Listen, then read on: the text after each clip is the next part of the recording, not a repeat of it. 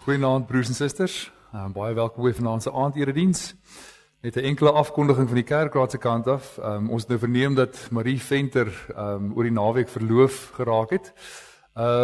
Ek ken ongelukkig nie haar verloofde se naam nie, maar aan hulle net baie geluk. Hulle sê weer Simon. Goed, aan hulle baie hartlik geluk en hulle trou DV ook die einde van die jaar. Mag die Here hulle ook seën. Kom ons sing vanaand vooraf saam. Lied 428, daarvan saam vers 1, 2 en 4 en daarna begin ons met die erediens.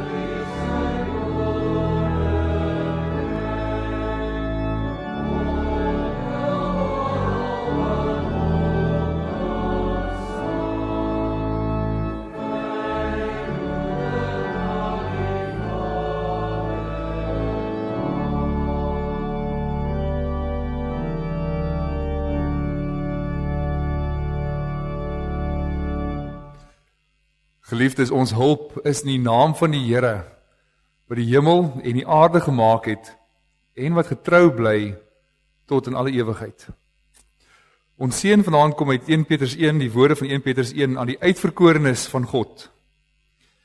Soos God die Vader dit vooraf bestem het, het hy julle uitverkies, en deur die Gees afgesonder, om aan hom gehoorsaam te wees, en besprinkel te word met die bloed van Jesus Christus. Genade, barmhartigheid en vrede vir julle van God ons Vader en ons Here Jesus Christus, deur die kragvolle werking van die Heilige Gees. Amen. Kom ons staan en sing saam tot eer van die Here, lied 417, daar van die eerste 2 verse. Jesus, ons eer U. U is die opgestane Here, U het gelei en U is verheerlik. U het triomfeer. En daarna bid ons saam.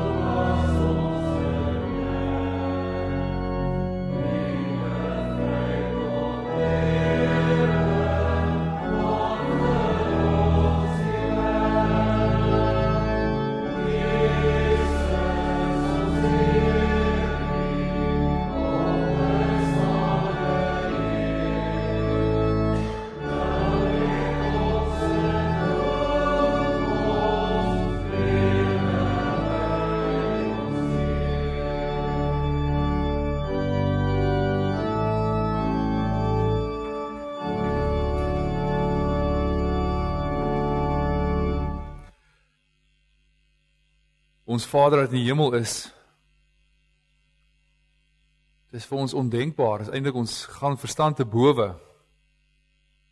dat U ons kan lief hê, dat U kan kies om mense wat hulle rug op U draai, van mense wat kies om hulle self te verheerlik, om U te haat, om alles wat verkeerd is te doen. Dat U kan kies om die grootste gawe, die grootste geskenk aan hulle te gee. En dit is om hulle met U te versoen, hierdie eie seun te gee, dat hy sy lewe gee. Dat dit kan gebeur. Ons word gevul met soveel opregte dankbaarheid, met soveel vreugde as ons dink oor wie U ons gemaak het. Dit is ons nie onsself is nie, ons is nie perfekte mense nie, ons is nie mense wat van nature U wil lief hê of U wil ken nie, maar vyande, en tog maak U ons kinders. Gee vir ons die lewe in oorvloed. Yes, daarom dank en loof ons U, ons dank U vir ons Here Jesus Christus, wat sy lewe vir ons gegee het. Dat hy homself verneder het, dat hy die bittere dood gesterf het, en dat hy die dood oorwin het. Ons dank U vir die woord, en dat U in die woord ook het vir ons so duidelik maak, dat ons dit kan weet, en ook die gawes wat U vir ons daarmee saamgee. Daarom bid ons ook vir die woord en die woordbediening, dat U in ons hart sal werk, dat ons die diepte daarvan sal raak sien, sal begin oordink, en elke dag daaruit leef. Ons bid dit in Jesus naam alleen. Amen. Ons luister vanaand saam na die woord van die Here uit 1 Petrus 1 vanaf vers 3 tot en met vers 9, en ook daarmee saam Sondag 17 van die Heidelbergse Katekismus.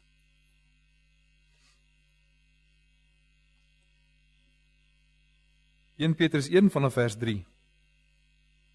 Aan God, die Vader van ons Here Jesus Christus, kom al die lof toe.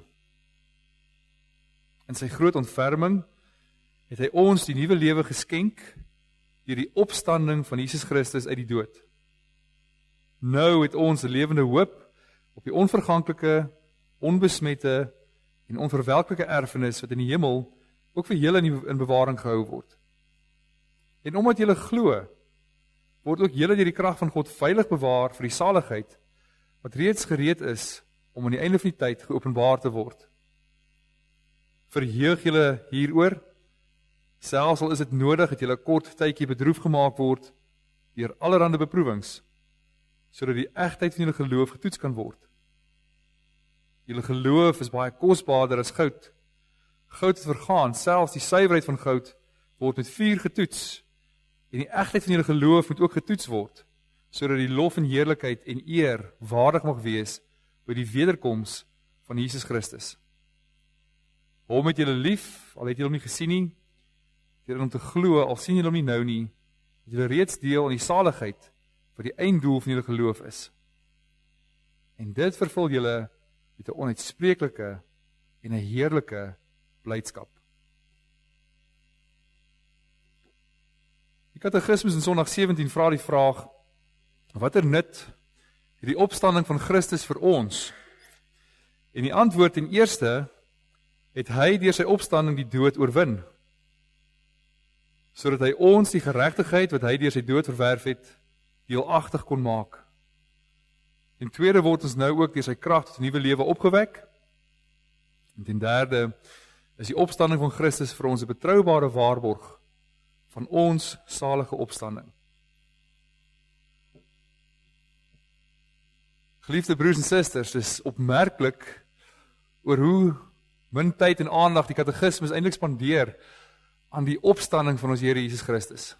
As 'n mens gaan kyk na die vrae en antwoorde wat daar gevra is oor die Here se lyding, oor sy dood wat hy gesterf het, en mens sien al die vrae en antwoorde wat daar gegee is, en daarna weer baie aandag wat in die hemelvaart gegee word, sien die mens, daar's net een vraag en antwoord hier in die Katekismus oor die opstanding van die Here. En hy wil ons baie mooi sê, mens moet dit sien in die skerp kontras wat die skrif eintlik daarin gee, want in die skrif is dit so duidelik oor hoe baie aandag en klem die apostels op die opstanding van die Here Jesus Christus plaas. Dis immers die hele middelpunt van God se verlossingswerk van die mens. Dat sonder die opstanding sal die kruisiging van ons Here Jesus Christus die donkerste gebeurtenis in die wêreldgeskiedenis bly. Sonder enige ligpunt. As Christus nie opgestaan het nie, as hy net in die kruis gesterf het, is ons geloof nutteloos. Dan weet ons het die dood eintlik oorwin en is daar nie meer lewe nie. Dan het die dood nog steeds die oorheersende mag oor ons as mense. En juist daarom is die kruisiging, maar ook die opstanding die hart van die evangelie. Dit is waaroor ons geloof gaan. Dit is so belangrik dat ons sal besef, maar dit is wat die Here vir ons gee, wat die evangelie, wat die goeie nuus eintlik is.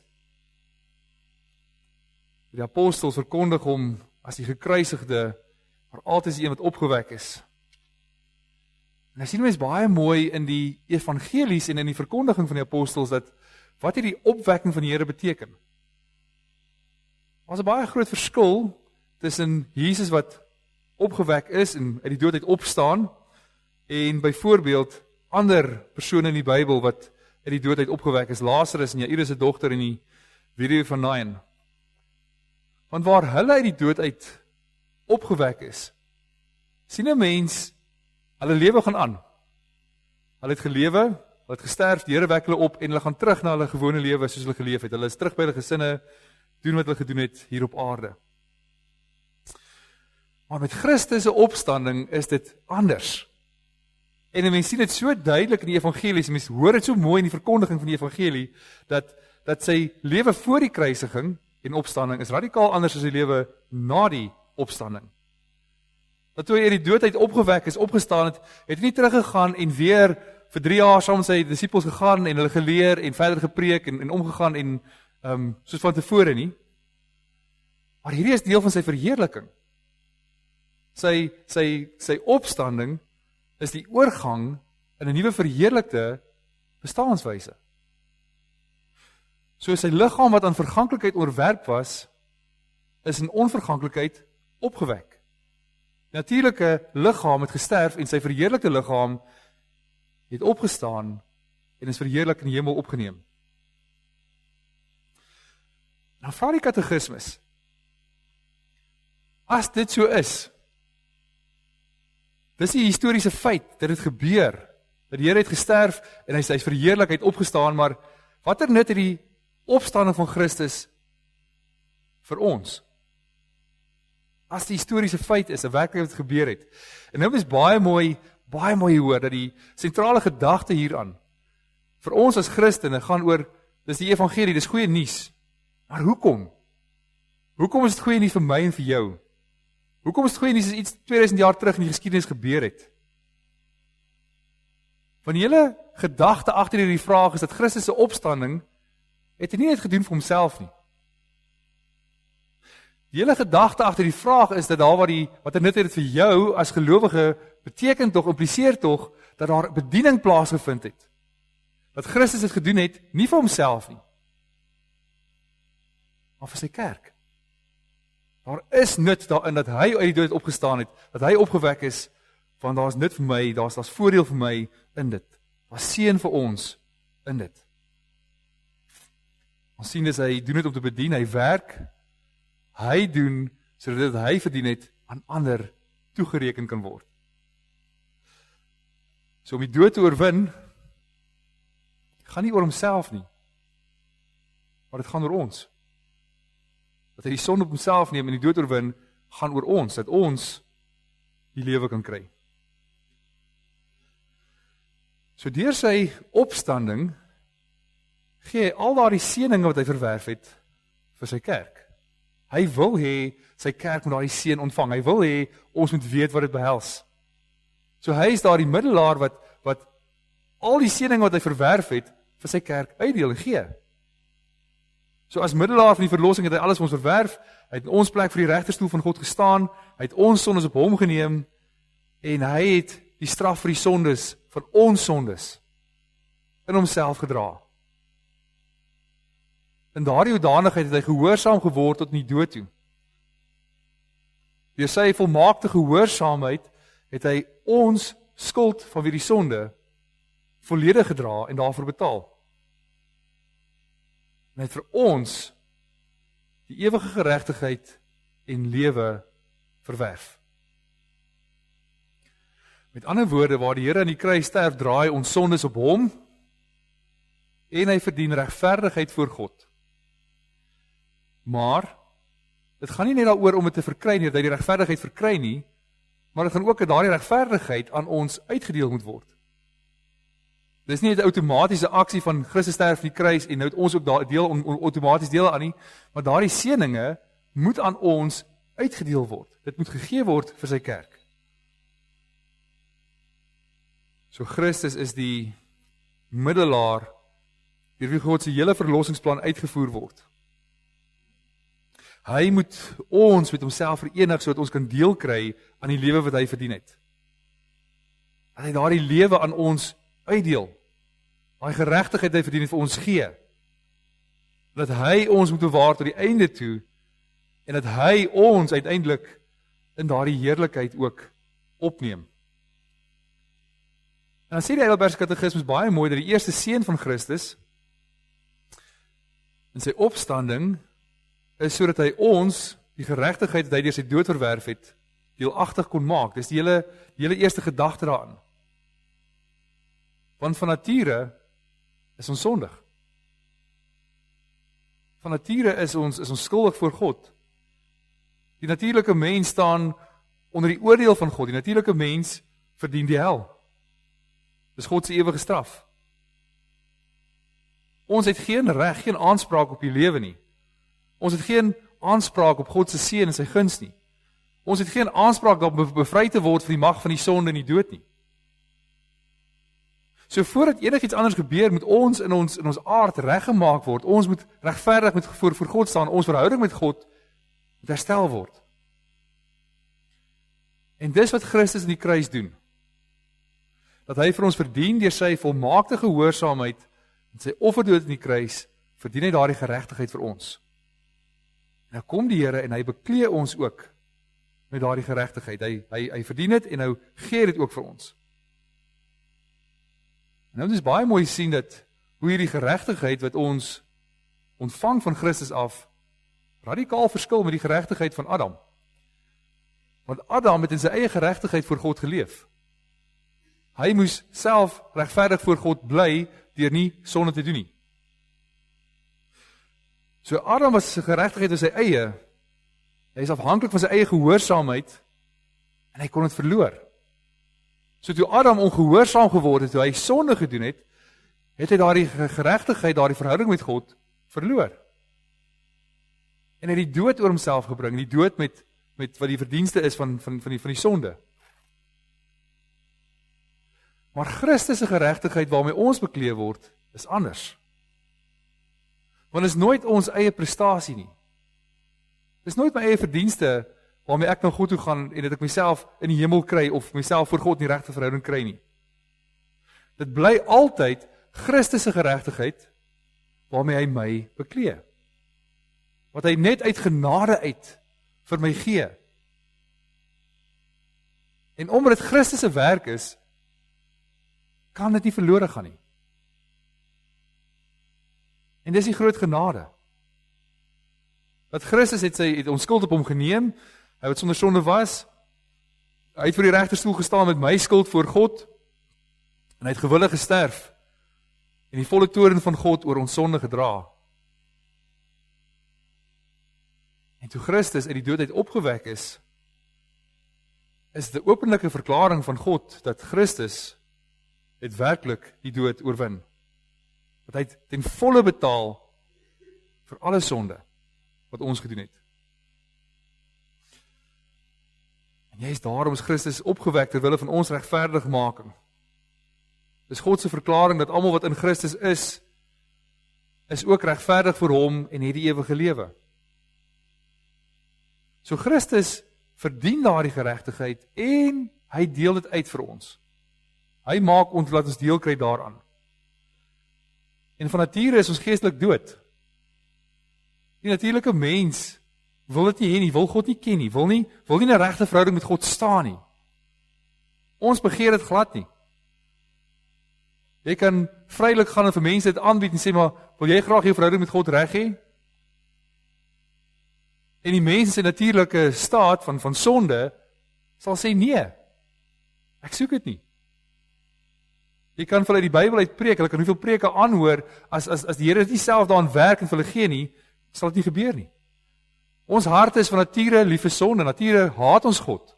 Ons wil nie in 'n verhouding met hom wees nie. Geen hoeveelheid waarskuwings wat jy oor mense pad bring, sal maak dat hulle omdraai nie. Daar bestaan dus van menslike natuur geen verbinding, geen wil om met God versoen te wees nie. En juist daarom is dit God se werk, dat Christus dit vir ons gee deur sy Gees. Hy doen dit deur die gawe van geloof, deur die verkondiging van die woord, deur die werking van die Gees, wat ons deel kry aan daardie geregtigheid. So geloof is dus hierdie band wat die Here bring, wat ons vasbind aan Christus en sy werk. Dis die wil van die Gees, wat die Gees ons werk, dat ons Christus omhels met al sy weldade. Hierdie geloof word ons deel aan Christus se geregtigheid, wat hy vir ons verwerf het. Hierdie geloof word ons regverdig. Geloof wat 'n gawe van die Here is. So geloof is nie net iets wat eenmalig ontvang word en dan onafhanklik van Christus se werk kan bestaan nie. Dis 'n voortdurende werk van sy Gees wat hy in ons stuur om in ons te woon, om in ons te werk, om ons nooit te verlaat nie, om altyd by ons te wees, om die geloof in ons te bly werk. En nou sien mens baie mooi hierdie beeld, eintlik maar soos 'n lig wat aan 'n bron vasgemaak moet wees om te kan skyn. As ons nie in Christus gekoppel is en as ons nie in die bron is nie, het ons nie daai lig in onsself nie. Ons moet juis deel van Christus wees om aan te deel, voortdurend te bly glo. Die Here gebruik ook die baie mooi beeld van die wingerd, die loot. Dat ons kan nie sonder Christus wees nie. As ons weg van die wingerdstok is, afgesny word, sal ons nie bly bestaan nie. So op hierdie manier bly die Here in ons werk. Hy skenk aan ons die geloof wat ons deel kan kry aan wat hy verdien het en hy maak ons nooit meer los daarvan nie. Ons kan dit nie verloor nie. Dis nie iets wat kan verlore gaan nie. Met ander woorde, ons word kinders van God gemaak en ons verloor nooit daardie status nie. Christus gee wat hy verdien het. Hy dit bly in ons werk en ons bly deel van ons lewe vir ewig. Juist daarom is die opstanding van Christus eerstens God se eie getuienis oor Christus geregtigheid. Dat sy werk volkome is, dat dit aanvaar is, dat die kerk in hom geregverdig is deur die geloof. Die apostel Paulus skryf in die Romeine in hoofstuk 4 dat hy ter wille van ons misdade oorgelewer is en opgewek is ter wille van ons regverdigmaking. En juist hierdeur kom ons nou by die tweede seën wat die katekismes noem wat ons aan deel kry, dat ons word ook deur sy krag tot 'n nuwe lewe opgewek. En nou kom ons baie mooi sien hoe vloei hierdie tweede seën eintlik half uit die eerste seën uit. Want ons ontvang eers die geregtigheid, ons word eers deel van Christus gemaak. Dit vorm die basis waarop die res van die goed voortbou. Dat die wortel van die mens eers goed gemaak word, my verhouding met God eers goed gemaak word, voor die res van my lewe daarop sal volg. So wanneer die Gees die geloof in ons werk, verenig hy ons met Christus, en dan begin ons besef, uit ons eie uit hoe diep elendig ons is. Wanneer die Gees die geloof in jou werk, het jy 'n sonde besef van wie ek voor die Here is, wie hy se heiligheid is, en wie ek in my ellende voor hom is. Ons ontdek dan, ons is eintlik geestelik dood gewees van tevore. Dat ons niks met die Here te doen wou gehad het nie. Ons leer dan juis ons groot ellende en hoe skuldig ons vir God is, en dat hy regverdig is om ons te veroordeel, as ons nie in Christus is nie. Maar die Gees kom dan en werk in ons en oortuig ons van Christus se geregtigheid, dat ons nou is. Hy maak ons bewus daarvan dat ons nie meer vyande van God is nie. maar dat ons nou kinders van God gemaak is, dat dit ons nuwe identiteit is, dat die Gees bevestig het in ons lewe. Ons is kinders van God, en dis deur sy werk wat dit gebeur het. Ons is opgewek uit die dood uit tot die lewe. So uit die werk van die Gees in ons lewe het ons hierdie sekerheid.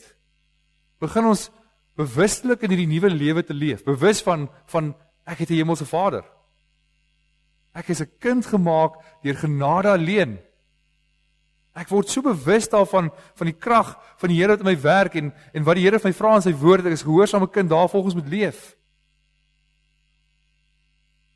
Ons word deur die krag van die opgestaane Here opgewek tot 'n lewe wat die wêreld nie ken nie en wat ons voor bekering nooit sal geken het nie.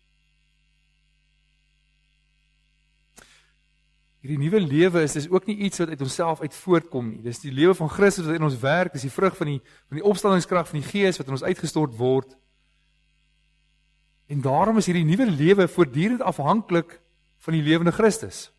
Wat hy in ons moet bly werk deur sy Gees. Ons besit nie die nuwe lewe weg van hom af nie. Dis nie asof Christus die nuwe lewe vir ons gee en van ons wil weggaan nie. Hy bly die bron van hierdie nuwe lewe. En daarom bely Paulus ook in die gemeente in Galasië, ek sê ek leef nie meer nie, maar Christus leef in my. So die Christen lewe dis nie net 'n verbeterde weergawe van die ou lewe nie. Dis 'n radikale ander lewe, dis 'n radikale totale nuwe lewe. Dis die lewe van die opgestaane Christus wat hy in jou werk. Wat deur sy Gees in jou werk het jy 'n nuwe lewe leef vir God. Dis 'n lewe wat uit die dood uit voortgekom het. 'n Lewe van iemand wat uit die mag van die son, die dood, uit die duisternis uit weggeruk is na die lewe toe. In gemeenskap met God gebring is om vir hom te leef. So hierdie nuwe lewe wat die Here in ons werk, hierdie opstanding, behels dat ons God ken. Ons ken nie die enige God deur die werk van Christus. Ons ken hom deur sy woord, sy homself ons bekend maak. Ons weet hy is ons hemelse Vader. Hierdie nuwe lewe behels dat ons hom liefhet. Dat sy liefde oor ons oorvloedig uitgestort is, dat hy ons liefhet en daarom het ons hom ook lief. Hierdie nuwe lewe behels dat ek my hele lewe gee as 'n lewende offer wat vir God aanneemlik is, dat ek hom dien. Iets wat ek in die ou lewe nie en in die dood nooit sou gedoen het nie, maar ek is opgewek tot 'n nuwe lewe. Hierdie nuwe lewe behels dat ek vreugde vind in die evangelie. Dat ek vreugde vind in God en wie hy is.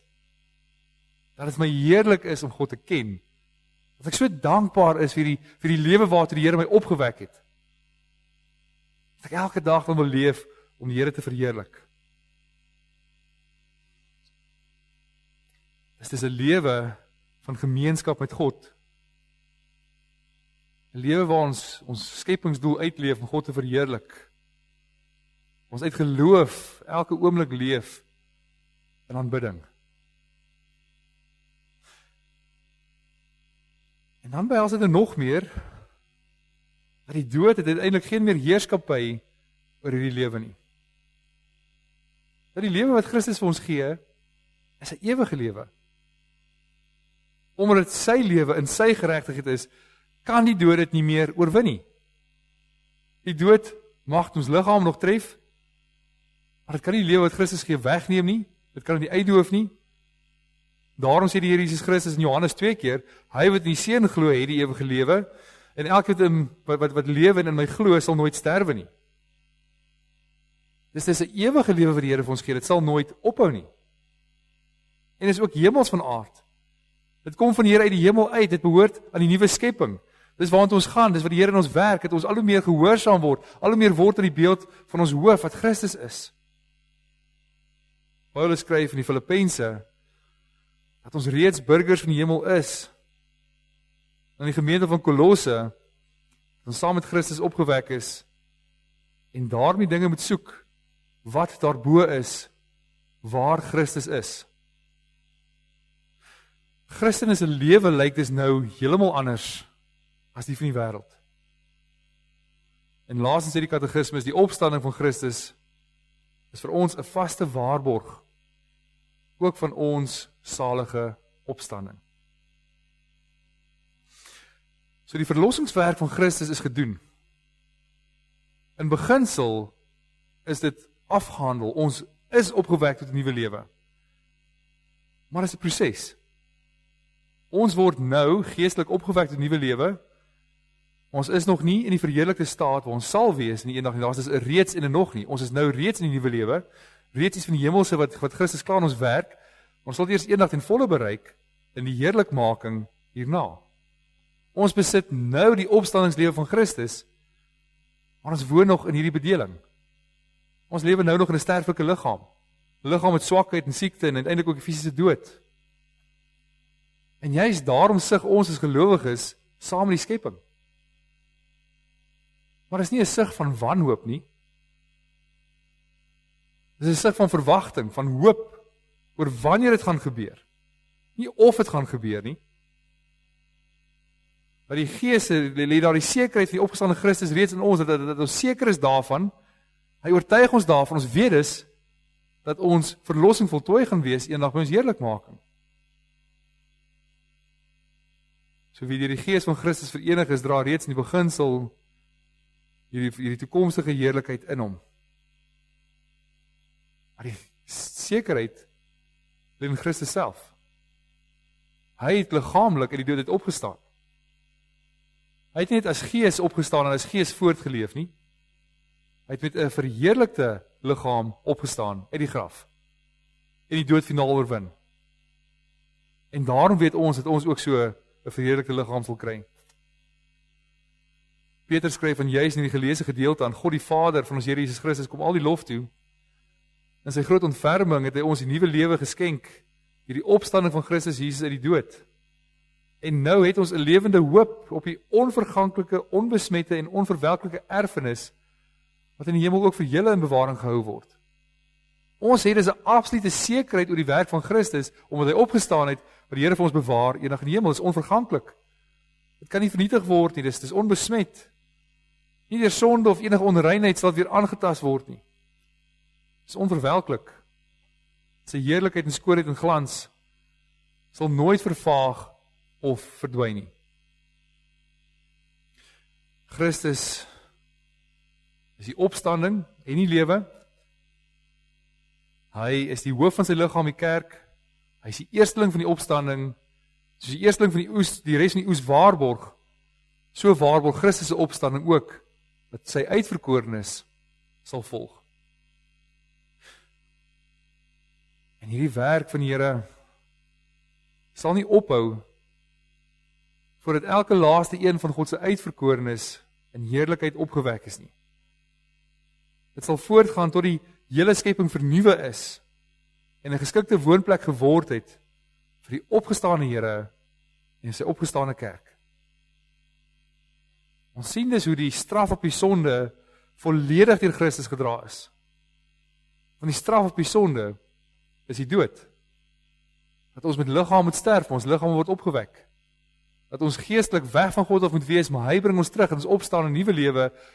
Dat ons ewig weg van God af moet wees, maar hy herstel dat ons ewig by God sal wees. Hy betaal volledig en hy staan op uit die dood sodat ons ook kan opstaan. En dis die krag van Christus se opstanding. Dis die krag waardeur hy ons regverdig maak. Waardeur hy ons tot 'n nuwe lewe opwek. En dis die krag wat ons 'n vaste sekerheid gee dat ons ook eendag saam met hom in heerlikheid sal opstaan. Amen. Kom ons bid saam.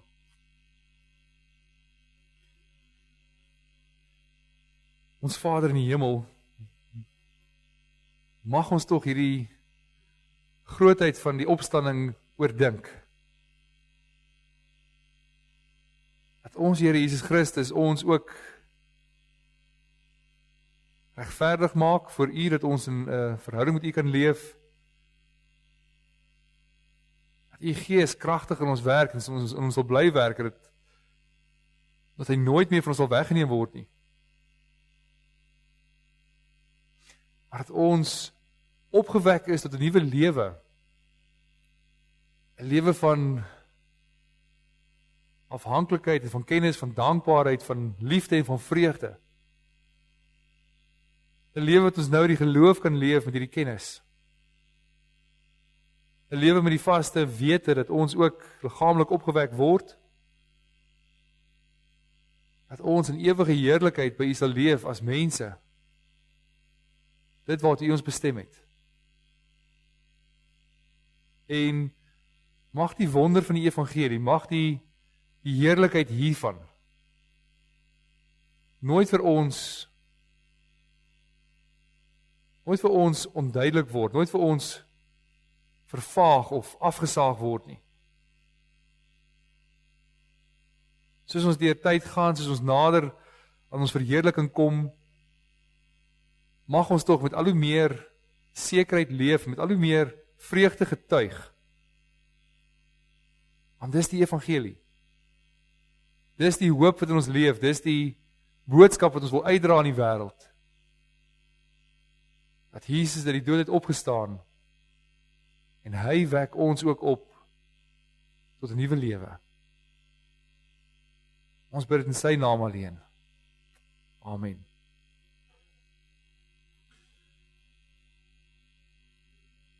Kom ons sing ten slotte saam lied 415 verse 1 tot 3, die mooi woorde dat Jesus leef en ook ons met hom. Hy maak die dood nou 'n poort tot die lewe. Daarna ontvang ons die seën, dan sing ons ten slotte lied 421 vers 2.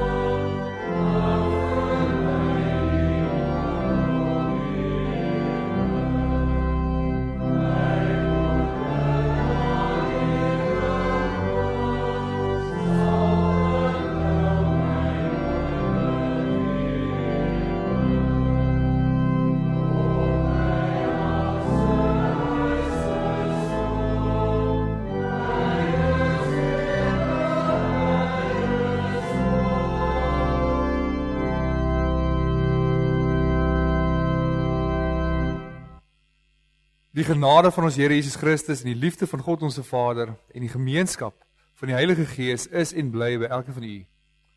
Amen.